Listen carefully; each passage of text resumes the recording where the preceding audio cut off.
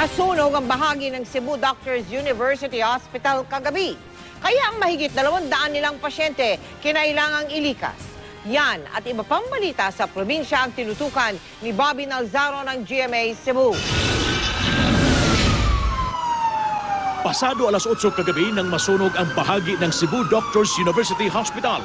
Agad inilabas ang mahigit 200 pasyente. Kabila ng ilang masila ang kondisyon, inilipat sila sa pinakamalapit na ospital. Maghahating gabi na bago tuluyang naapula ang sunog na hinihilalang nagsimula sa basement ng ospital at kumalat sa silid ng generator na may mga gasolina. Patuloy ang investigasyon at sarado muna ang ospital.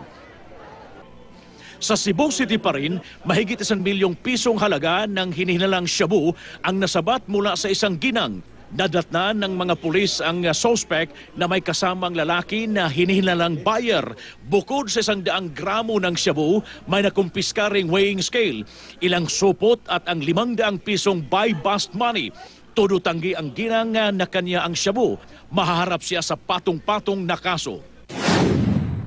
Bugbog sarado ang isang lalaki sa Pagadian City, Zamboanga del Sur matapos kuyugin ng mga tao.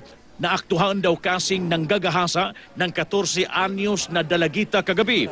Pero giit ng sospek, pumayag ang dalagita kapalit daw ng 100 piso.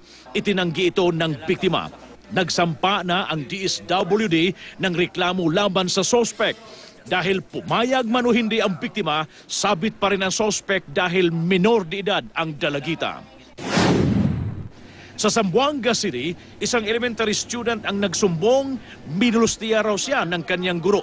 Kwento ng biktima, pinaghubad daw siya at hinihawakan sa masilang bahagi ng katawan.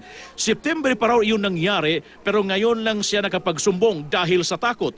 Lumantad na rin ang ibang kaklase na nabiktima din daw ni Sir. Patuloy na sinisikap ng GMA News na makuna ng pahayag ang guro na hindi na ito pumasok mula ng inireklamo ng kanyang mga estudyante. Ako po si Bobby Nalzaro, nakatutok 24 oras.